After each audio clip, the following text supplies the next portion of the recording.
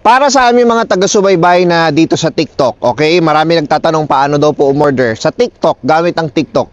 Makikita po ninyo dito sa link na ito yung aming yellow basket. Okay? Diyan sa yellow basket, pagka pindot mo yan, makikita mo na dyan yung produkto na ating Fora. So, pwede na kayong umorder dyan. Okay? So, ganun lang po kasimple. Meron na yung sistema si TikTok. So, sundan na lang po natin.